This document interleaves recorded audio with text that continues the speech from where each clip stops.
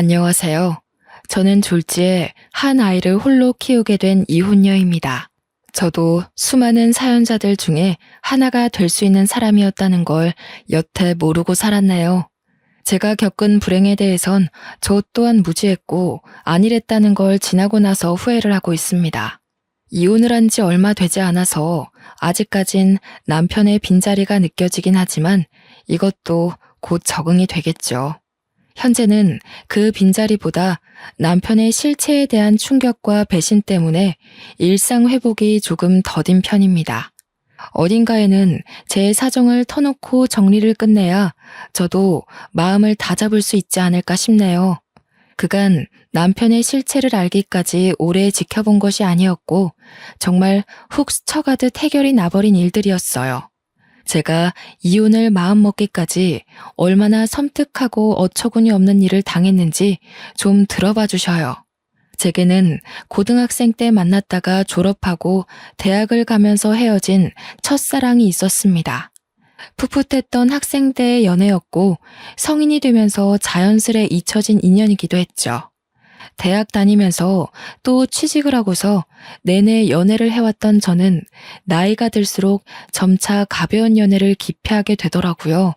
사람 만나는 것에 책임이 막중하게 느꼈다기보다는 연애하면서 한량 같은 시간을 흘려보내기엔 저의 불안한 미래가 더 걱정이었어요. 20대 후반이 되면서 연애보다는 앞날 개척이 제겐 더 중요한 일이 되어버렸거든요. 그렇게 이성 만나는 걸 잠시 중단했을 시기가 있었어요. 친구들이 주선해준다는 소개팅도 귀찮아서 거절하고 있던 차에 정말 우연찮게 다시 첫사랑과 재회를 한 거였습니다. 차라리 그때 남자친구가 있었다면 제 앞날이 이런 꼴 당하는 일은 없었을 텐데 후회가 되네요. 첫사랑을 만난 건 다름 아닌 고향을 방문했을 때였습니다. 제가 살던 고향은 촌은 아니지만 그래도 도시에 비해 시골이었어요. 시에서 학교가 총 5개 있었는데 그중 남녀공학은 2개 있었고요. 저도 학교 주위에서 살았지만 첫사랑의 집도 학교 주위에서 있었기 때문에 서로 고향을 방문한다면 사실상 언젠가는 마주칠 수밖에 없는 사정거리였어요. 아마 그때가 명절이었을 겁니다. 저는 첫사랑을 오랜만에 보자 신기하게도 그동안 잠자고 있던 이성에 대한 관심이 다시금 살아난 기분을 느꼈습니다.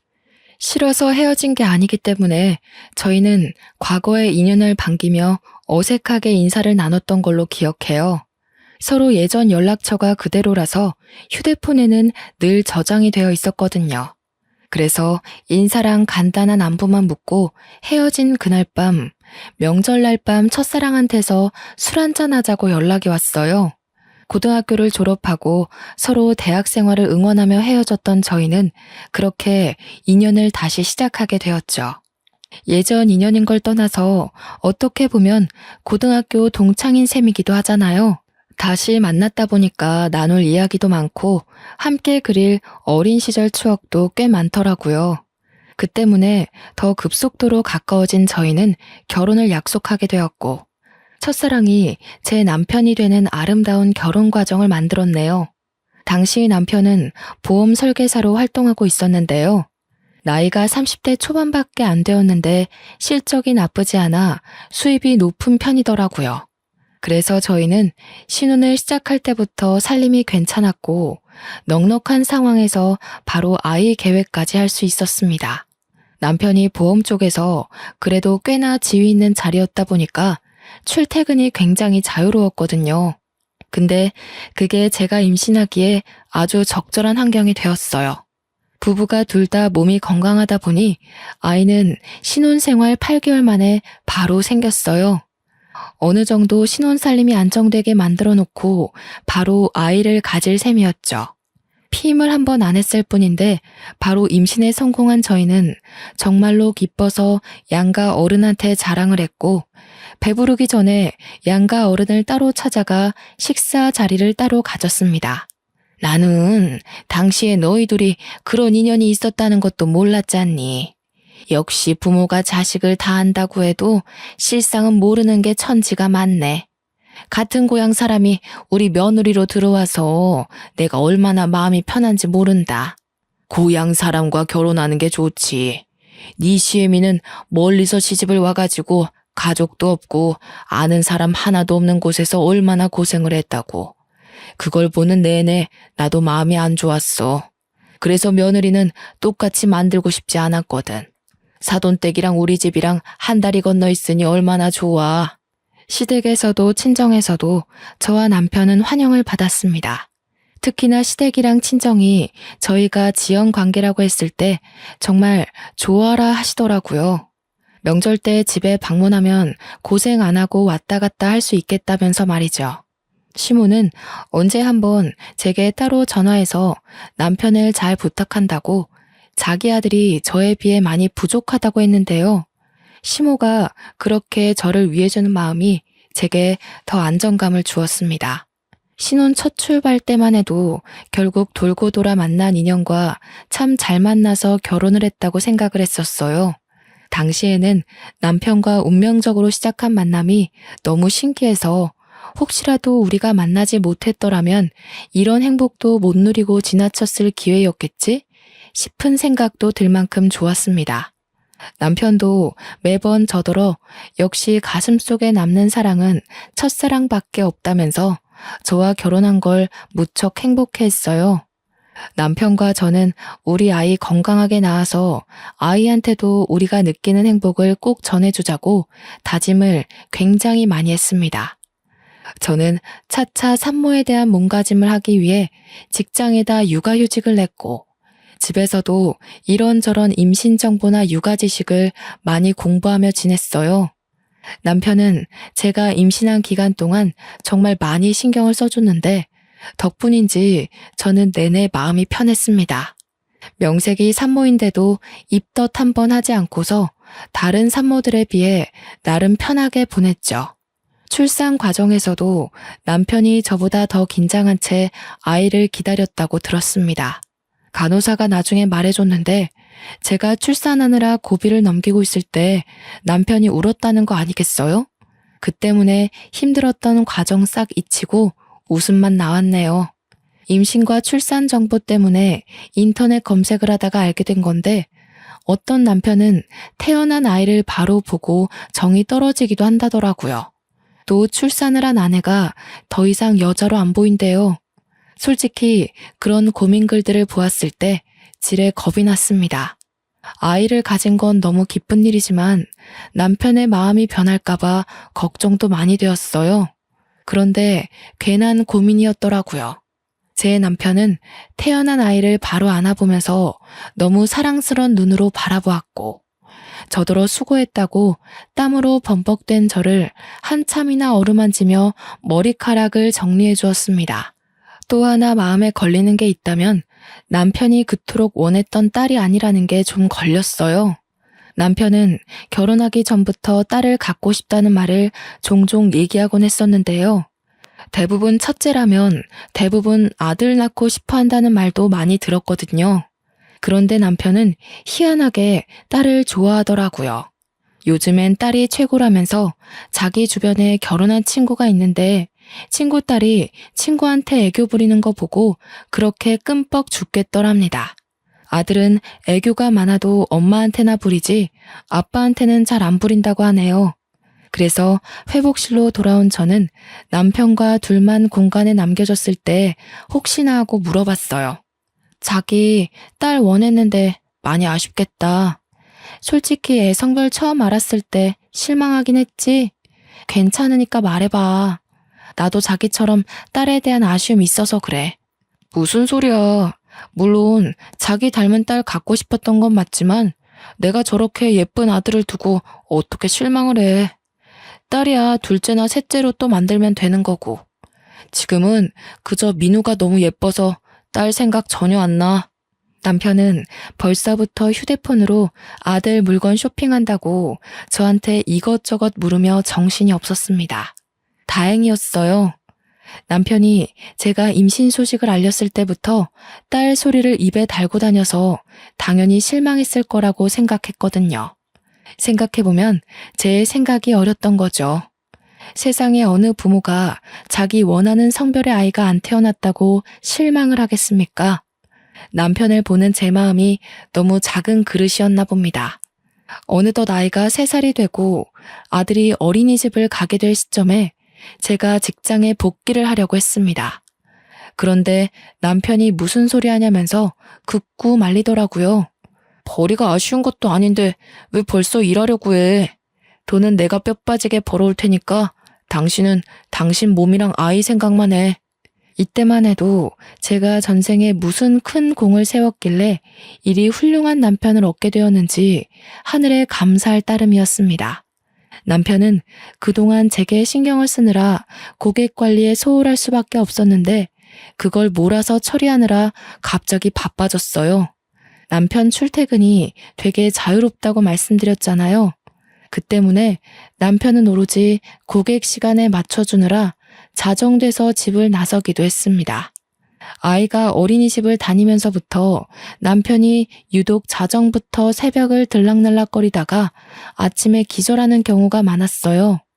남편이 이렇게 바빠지니 문득 제가 임신한 기간 동안 남편이 정말 일 대신 나한테만 신경을 써주는구나 하면서 미안하더라고요. 아무리 그동안 일에 소홀했다고 해도 그렇지 회사에서 사람을 이렇게까지 굴리면서 일을 시키는 게 좀 너무하다 싶었습니다. 그래서 한 번은 남편한테 물어봤어요. 도대체 어떤 고객이길래 매번 사람을 새벽에 부르고 난리야? 아니, 자기 회사도 좀 너무한다.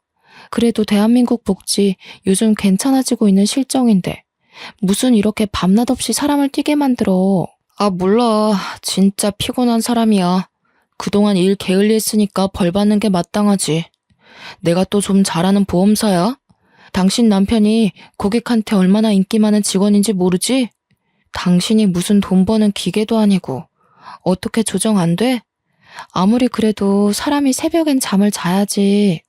괜찮아. 나 아직 젊잖아. 한참 젊을 때 바싹 벌어놔야 우리 민우 나중에 하고 싶다는 거 다 시켜주지. 민우만 잘 커주면 나 24시간도 뛸 수 있어. 형편이 어려운 상황도 아닌데 이렇게 부지런한 남편을 보니까 굳이 이러지 않아도 되는데 싶었습니다. 하지만 온전히 남편의 일이었고 제가 감히 터치할 수 있는 영역이 아니라고 생각했어요. 또 남편이 아들 위해서 열심히 일을 하고 애쓰는 건데 거기다 대고 일하지 말고 쉬라고 말릴 수도 없는 격이었고요. 그래서 저는 걱정 대신 내조에 신경을 잔뜩 쓰기로 결심했습니다. 남편이 좋아하는 음식과 기력을 보충할 수 있는 요리를 하루에 한 번씩은 꼭 밥상에 올렸어요. 남편도 저의 정성을 알아주는 건지 매번 힘이 불끈 난다고 안아주고 출근을 했습니다. 아이가 생겼다고 해서 신혼생활은 전혀 방해되지 않았어요. 저와 남편은 늘 서로를 존중하며 연애 못지않게 풋풋한 시간을 보냈죠. 3살의 어린이집을 입학했던 아이가 어느새 5살이 되었을 무렵 저는 첫 학기 학부모 상담이 있어서 아이 하원보다 일찍 어린이집을 방문한 적이 있었습니다. 원장실을 먼저 찾아갔는데 원장님이 다른 학부모와 상담 중이더라고요. 저를 보고 반갑게 인사를 해준 원장님은 잠깐만 기다려달라며 양해를 구하곤 자리를 안내해 주셨습니다. 원장님이 마련해준 다른 테이블에 앉아 차를 한 잔 마시며 우리 아들 새 담임 선생님을 기다리고 있었는데요. 원장실이 워낙 조용하다 보니까 자꾸 남이 하는 상담이 귀에 들어오는 겁니다. 듣자 하니 상담 중인 아이는 이번에 새로 입학하게 될 아이 같았어요. 아빠가 없는 듯 했고 이번에 3살 반으로 들어오려고 입학 상담 중이었습니다. 슬쩍 보니까 딸아이 하나가 엄마 옆에서 혼자 장난감 가지고 얌전히 놀고 있더라고요. 아들도 무척 사랑하지만 저도 딸에 대한 로망이 있기 때문에 자꾸 눈길이 갔는데요.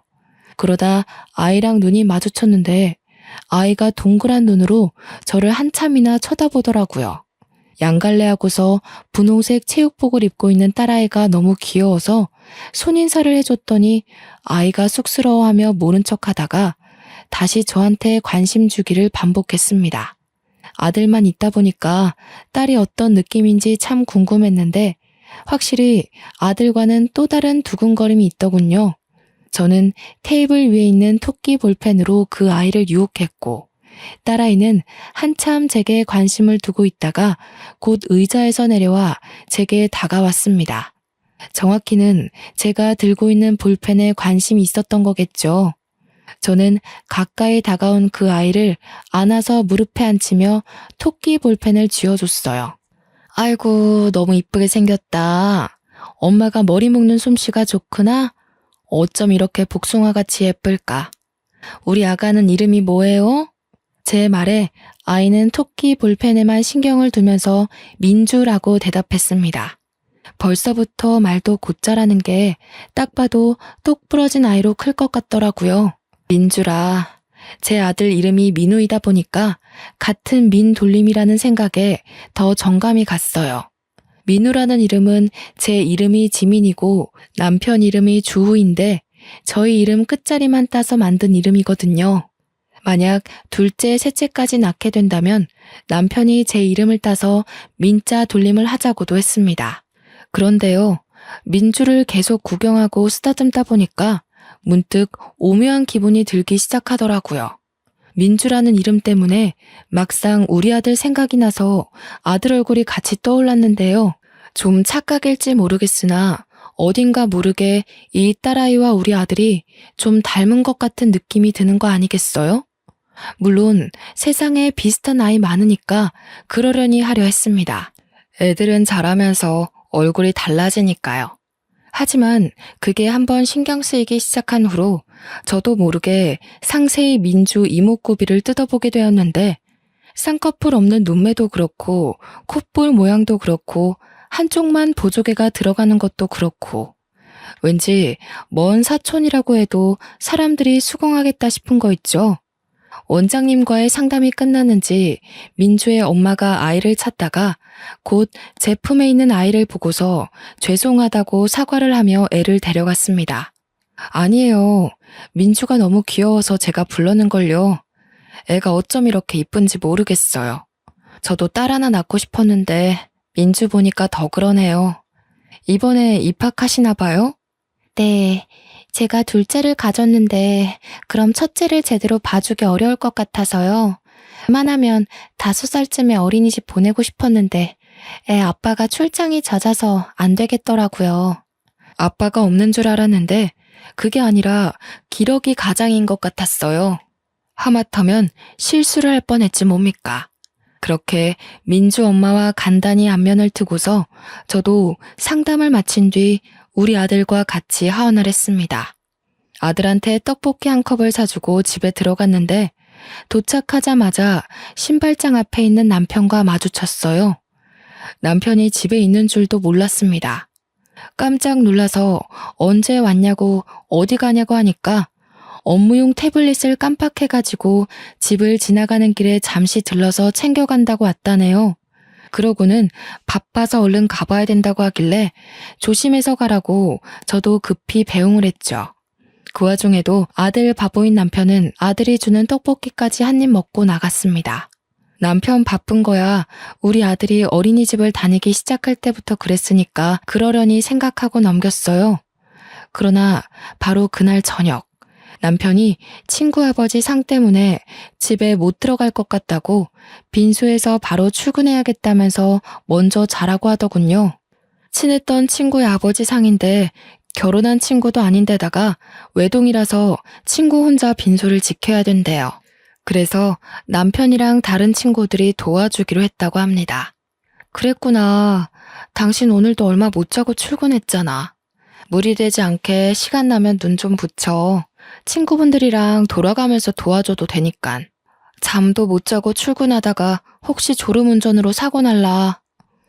알겠어. 민우랑 밥 먹고 내 걱정은 하지 말고 자.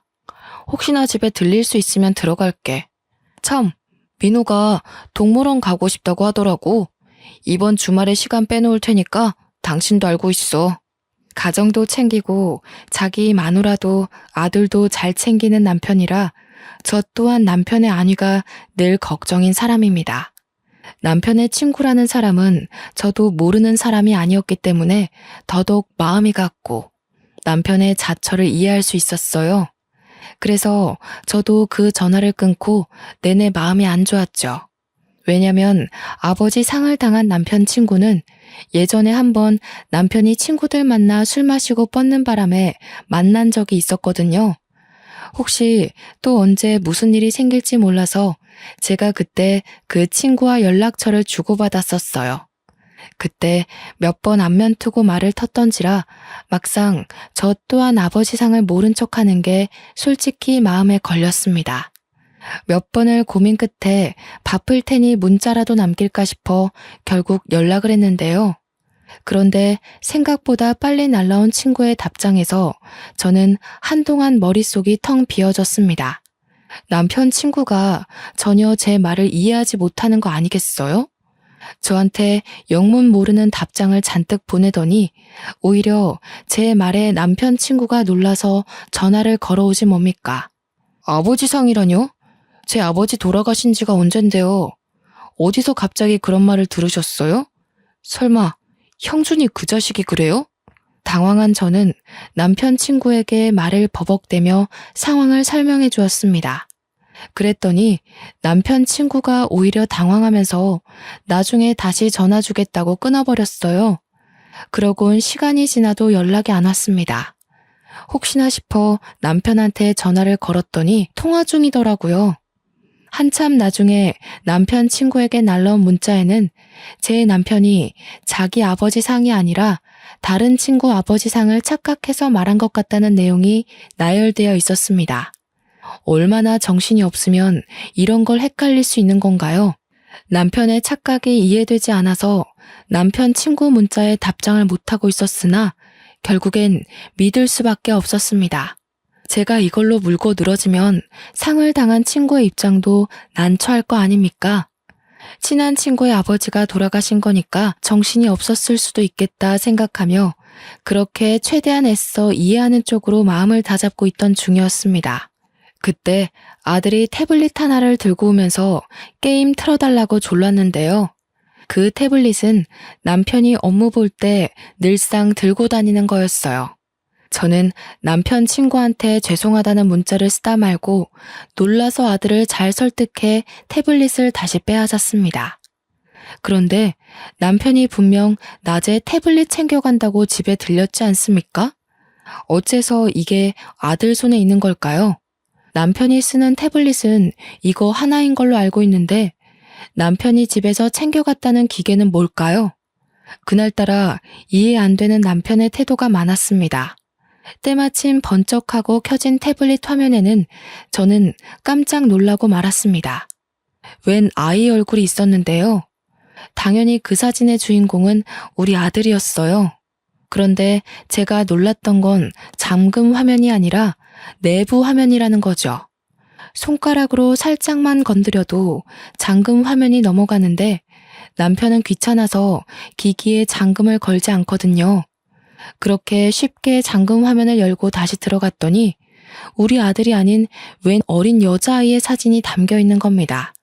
그 여자애는 제가 어디서 유심히 봤던 아이의 얼굴이었어요.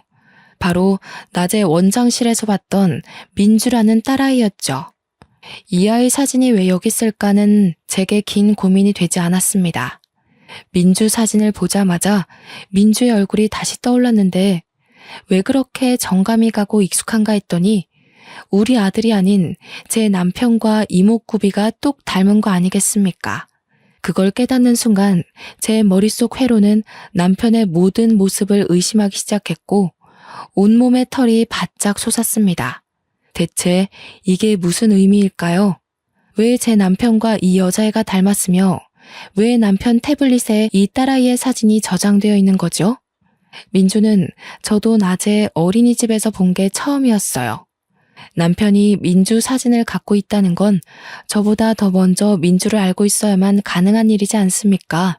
그 사진만 바라보며 멍청하게 서 있던 저는 머릿속에 떠오르는 또 다른 사람, 민주 엄마를 생각하자 출장을 많이 간다는 민주 아빠의 존재가 설마 내 남편은 아닐까 하는 의심이 들기 시작했어요. 한번 꼬리를 무는 의심은 걷잡을 수 없이 번져갔고 저의 온 머릿속을 지배하고 말았습니다. 저는 남편 곁에서 언뜻 봤던 고객 정보 데이터를 찾아 들어갔어요. 민주 엄마의 이름을 모르니까 수많은 정보를 뒤져도 찾기가 쉽지 않더라고요. 그러다 정말 기가 막히게 제게 하나의 목록이 눈에 들어왔는데 아기 실비보험으로 등록된 민주 이름이었습니다. 그걸 눌러보니 아이 개월수상 제가 알고 있는 그 민주가 맞는 듯 했어요. 저는 그걸 휴대폰으로 찍고 그곳에 적힌 주소를 당장 찾아갔습니다. 어처구니 없었던 건 주소가 참 익숙하더군요. 이 여자 동네가 우리 고향이지 뭡니까? 심지어 제가 학교 다닐 때 지나가면서 많이 봤던 그 아파트더라고요. 저는 친정에 먼저 들려서 아들을 맡기고 그곳을 찾아갔습니다. 경비가 없는 아파트였기 때문에 여자 집 대문 앞까지 들어온 건 어려운 일이 아니었어요. 하지만 막상 초인종을 누르는 게 겁이 났습니다. 당시에는 이걸 누르는 순간 행복했던 제 결혼 생활이 산산조각 날 게 두려웠거든요. 눌렀는데 만약 진짜 남편이 여기서 나오면 어쩌나, 친구 아버지 상을 당했다는 게 거짓이면 어쩌나, 그럼 나랑 내 아들은 앞으로 어찌 살아가야 하나 여러 가지 걱정이 들면서 눈앞에 닥친 현실을 부정하려고 망설였던 것 같아요. 그때 안에서 사람이 나오려는지 문 앞에서 웅성대는 소리가 들렸는데요. 쓰레기 버리는 걸로 어쩌고 저쩌고 대화를 나누는 중이었습니다. 저는 문과 가까워진 그 목소리에서 이미 마지막 남은 희망을 모두 내던져 버렸어요. 그리곤 곧바로 열린 문 안을 통해 피하고 싶던 현실을 확인하게 되었죠. 아악 하고 볼품없게 소리 지른 남편이 진심으로 놀라 나자빠지는 거 아니겠습니까? 더 안쪽에서는 무슨 일이냐며 뛰쳐나온 여자가 하나 있었는데요. 바로 민주 엄마였습니다. 민주 엄마는 유부녀 같지 않게 야시시한 잠옷을 입고서 민주를 안고 있었어요. 보아하니 민주가 감기라도 걸린 건지 아픈 것 같더군요. 민주 엄마 손에는 저번 달에 우리 아들이 아픈 바람에 급하게 샀던 노란색 체온계와 같은 게 쥐어져 있었어요. 그제야 저는 남편이 태블릿 핑계로 몰래 집을 왔다가 불이 나게 나갔던 이유를 알았고, 친구 아버지 상을 핑계로 집에 못 들어온다는 말까지 이해가 되었습니다. 그 모든 게 다 불륜을 저지르고 있었기 때문인 거예요. 어떻게 여기를... 여보, 그러니까 이게 있잖아. 저 사람은 내 친구 동생인데 친구가 같이 있다가 잠깐 앞에 담배 피러 갔거든? 어떻게 네가 나랑 민우를 두고 이런 짓을 벌일 수가 있어? 너는 여기가 장례식장이니? 네가 나한테 뭐라고 거짓말했는지도 까먹은 거야? 아, 장례식장, 그건 다른 친구고 빈소에서 잘 수가 없어서 친구 집에 따라온 거야. 오해하지 마. 나중에 진짜 친구 들어올 거야. 전화해줄까? 넌 나를 호구로 보는구나. 이 상황에서도 잔머리 굴릴 생각밖에 없어? 너 같으면 이 상황에 네 변명이 신빙성 있다고 생각하니? 오해라고 설득하고 싶으면 저 아이랑 너 친자검사부터 해보지 그래? 뭐? 뜬금없이 친자검사를 왜 해? 내가 저 아이랑 그런 걸 해야 하는 이유가 없잖아. 설마 저 애가 내 아이라고 생각하는 거야? 여보, 나 그런 사람 아니야. 그래도 명색에 한 입을 덮고 산 부부인데 내가 네 이목구비 하나 못 알아볼까봐. 유전자라는 게 참 무서워. 저렇게 버젓이 증거를 드러내주니까 말이야. 남편을 밀치고 집 안으로 들어간 저는 그때부터 브레이크 없는 자동차처럼 발짓만 했습니다. 신발까지 신고 들어간 저는 민주의 물건을 찾기 위해 집안 물건을 뒤지며 돌아다녔어요. 그러자 민주를 내려놓은 민주 엄마가 다짜고짜 저를 쫓아와서 제 팔을 붙잡으며 막아섰습니다. 뭐 하시는 거예요? 신발을 신고 들어오면 어떡해요? 기본적인 예의도 없어요? 그쪽 남편이 오해라고 얘기했잖아요. 경찰에 신고하기 전에 당장 나가요. 예의? 그쪽은 예의가 있어서 가정 있는 남자 꼬드겨 애를 낳았습니까? 뻔뻔하게 감히 유부남 끌어들여서 살림을 차려요. 보아하니 직장도 없는 것 같은데 생활비도 다 제 남편이 대줬나 보죠? 가진 것 없는 년이 배짱만 두둑하네요. 뭐라고? 그래. 그렇다면 어쩔 건데요? 유부남들이 바람나는 이유가 뭐겠어요? 현부인한테 질리고 매력을 못 느끼니까 눈 돌리는 거 아니겠어요? 남의 집 쳐들어와서 깽판 치기 전에 스스로가 얼마나 못난 사람이었는지 반성이나 하세요. 내가 쳐들어와서 불안한가 봐요? 상상 이상으로 발악하시네. 왜요? 남편한테 아직 완전한 확신을 못 얻었나 보죠? 근데 어쩌나? 그 확신 얻기 힘들 거예요. 본부인도 나 몰라라 하고 바람피는 남자가 두 번째 여자라고 얼마나 애틋하겠어요? 뻔뻔하게 불륜을 대단한 권위인 것처럼 떠벌리는 상간녀를 보니 어처구니가 없었습니다. 우선은 제 귀로 불륜이라는 걸 확실히 들었으니 민주와 제 남편의 친자 확인만 하면 되었기에 저는 상간녀를 무시하고 욕실로 향했어요. 민주 칫솔로 보이는 작은 걸 가지고 바로 나왔죠. 그러자 상간녀가 제 손에 있는 걸 빼앗으려고 저를 붙잡더라고요. 저는 그대로 상간녀의 뺨을 후려치며 넘어뜨렸습니다. 애 생각해서 이 정도만 손 쓰는 줄 아세요. 불륜녀라니 애한테 부끄럽지도 않아요? 당신들이 잘못한 일을 왜 아무것도 모르는 저 어린아이가 감당하게 해요? 어른으로서 쪽팔린 줄 알아야지. 그래봤자 형준 씨는 우리 민주를 더 좋아해요. 형준 씨가 우리 민주를 얼마나 끼고 도는지 모르죠? 당신 집에 아들밖에 없으니까 귀가할 맛이 안 난다고 그럽디다. 아, 그래요? 딸 이름이 민주라고 했죠? 근데 그거 아시나 모르겠네. 제 아들 이름이 민우인데 제 이름 지민이랑 남편 이름 주우를 따서 지은 이름이거든요. 혹시 남편이 먼저 나서서 민주라고 짓자 하지 않던가요? 보니까 그것도 내 이름이랑 남편 이름을 따서 만든 이름 같은데요. 사실 이건 확실한 정보가 아니었고 단지 제가 어림잡은 추측이었지만 놀랍게도 제 말이 진짜인가 보더라고요. 다른 건 모르겠고 남편이 민주라는 이름을 고집했다는 것만큼은 사실 같았습니다. 상간녀가 눈에 핏줄이 설 정도로 울음을 참으면서 남편을 째려보는데 그 모습만 봐도 제 추측이 맞다는 걸 알겠더군요. 그러나 잔머리 좋은 남편은 상간녀 눈빛 다 무시하고 구석에서 몰래 머리를 굴리고 있었습니다. 상간녀와 자신의 딸 안위보다 저한테 소송당해서 명예에 실추될 걸 걱정하고 있었나 보더라고요. 제가 상간녀와 말씨름을 끝내고 대문으로 향하자 대문 곁에 서 있던 남편이 저를 붙잡았습니다. 여보, 내가 설명할게. 제발 이러지 마. 우선 앉아서 얘기해 볼래? 아니다, 집에 가자. 내가 집에 가서 제대로 말해줄게. 당신이 생각하는 그런 사이 정말 아니거든?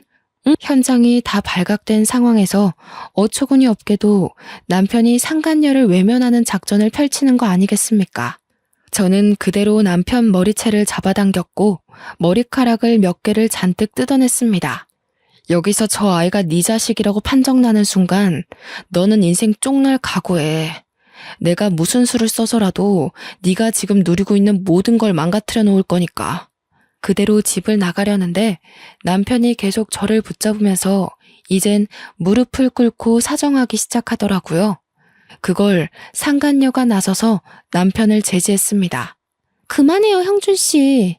그냥 저 여자랑 이혼해버려요. 형준 씨 딸 갖고 싶었다면서요. 그 말은 저 여편네 아들보다 우리 이쁜 민주가 더 소중하다는 거 아니에요? 그런데 민주 이름이 정말 저 여자 이름 따서 지은 거예요? 아니죠. 그것부터 말해봐요. 입 안 닥쳐요? 지금 그런 걸 따질 때예요. 상황 파악 좀 해요. 그쪽 때문에 내 인생 망하게 생겼잖아요. 나한테는 우리 민호만 있으면 된다고요. 둘은 보험사와 고객으로 맺어진 인연이라 그런지 여전히 존댓말을 쓰고 있었습니다. 민주 나이를 보면 둘의 관계가 3년이나 지속되었을 텐데도 똑똑한 남편이 상간녀와 계속 거리를 두고 있었나 봅니다. 그렇단 말은 저 상간녀랑 언제든지 끊어낼 준비를 하고 있었다는 건데 그렇다면 더더욱 애를 만들지 말았어야지.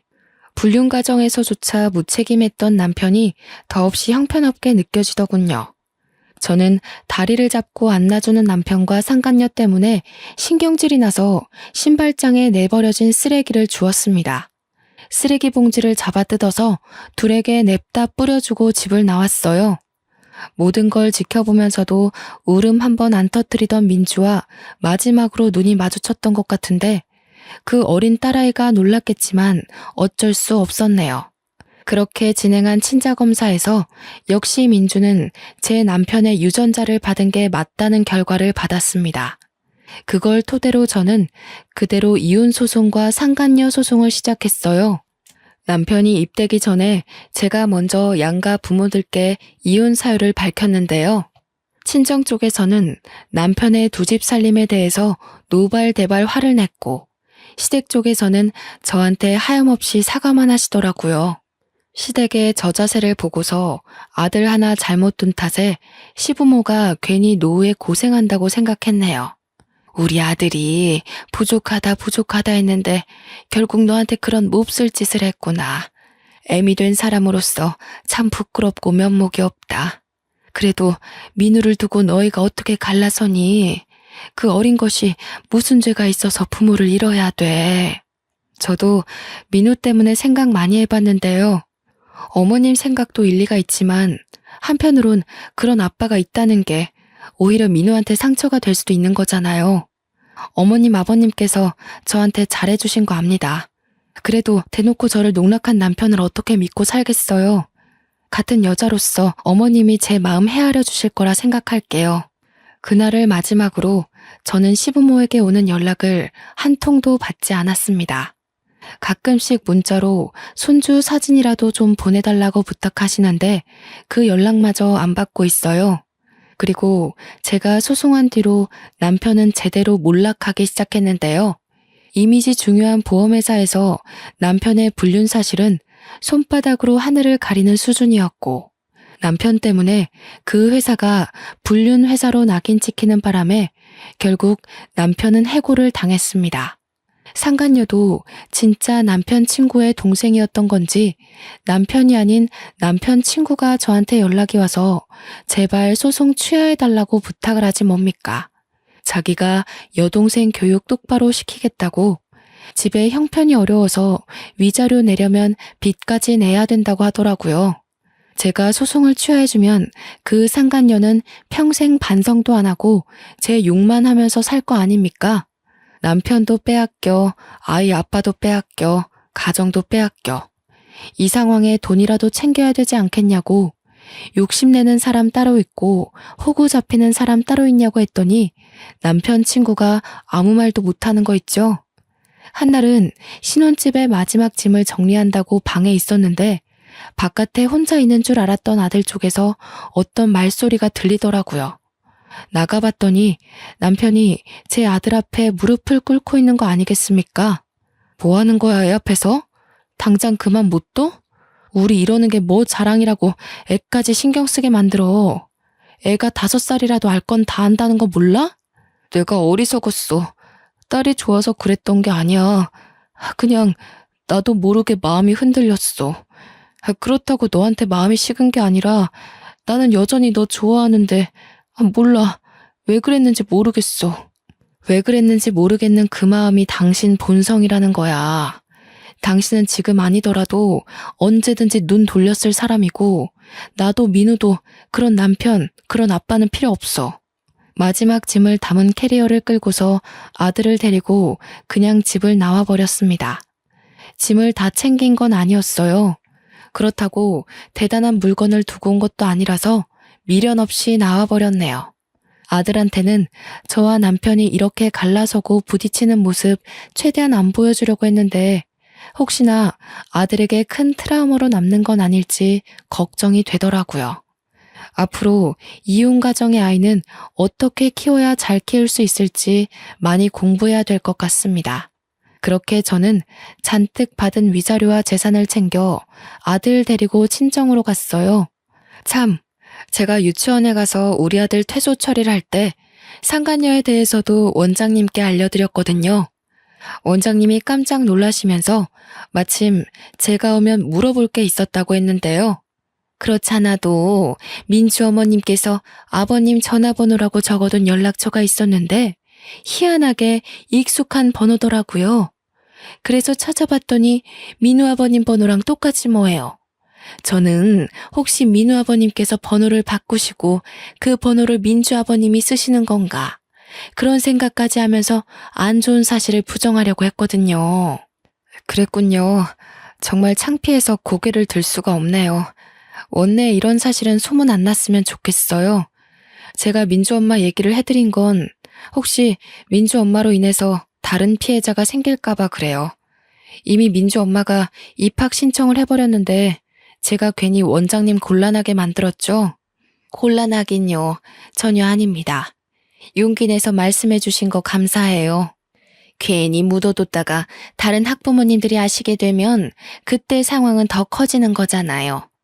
원장인 입장에서 그렇게 둘 수는 없지요. 저는 마지막으로 담임 선생님과 인사를 한 뒤 유치원을 나왔습니다. 아이 유치원 졸업 때까지는 고향집에서 지내게 될 것 같은데 시댁이 그쪽에 있다 보니까 언젠가는 남편을 만나게 될 게 좀 불안하더군요.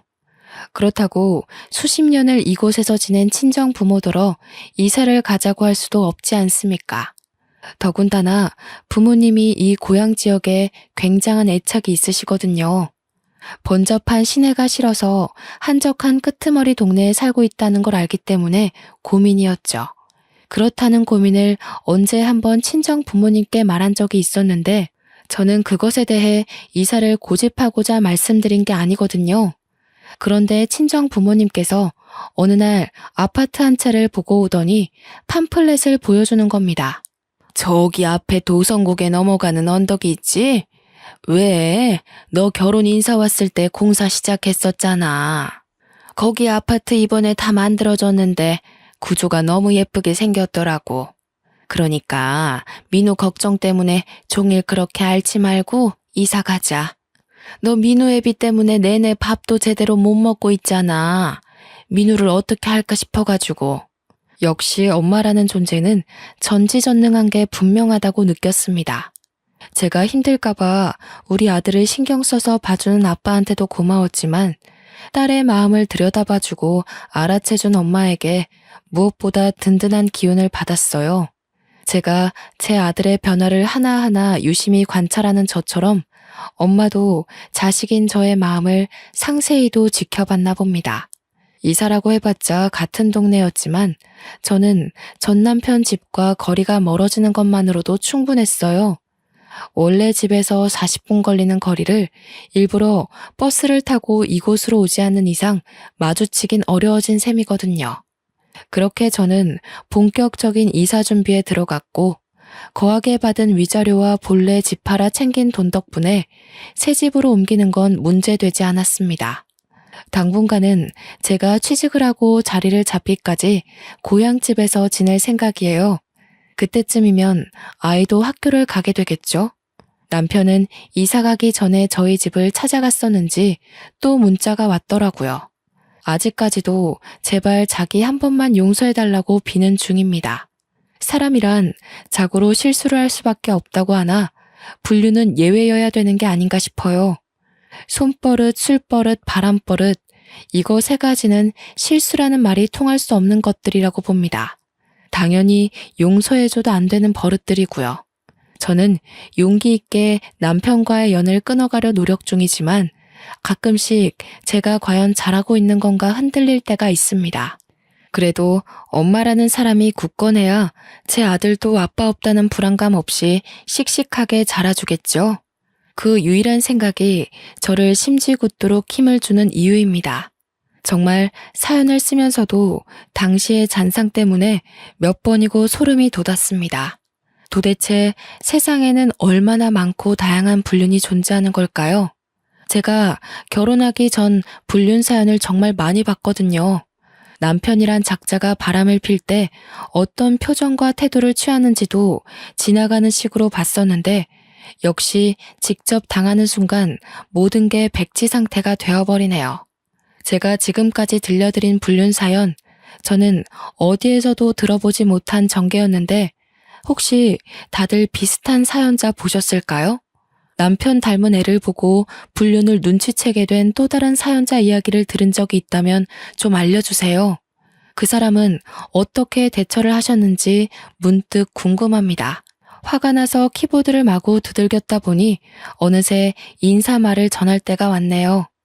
모두에게 화창한 앞날만 가득하길 바라면서 저는 이만 글을 마치도록 하겠습니다. 감사합니다.